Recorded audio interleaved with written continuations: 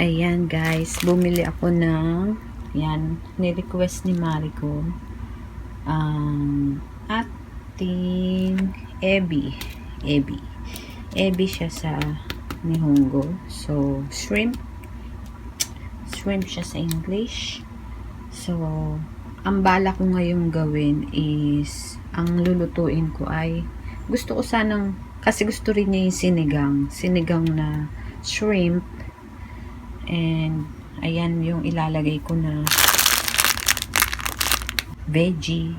Kasi ito lang yung mga kinakain ni Mariko na gulay talaga. So, hindi talaga siya yung pang sinigang. Pero, dahil yan lang ang kinakain ni Mariko na veggies, so, yan lang ang may ilagay natin. Para magkaroon lang ng kulay ang ating sinigang. Syempre.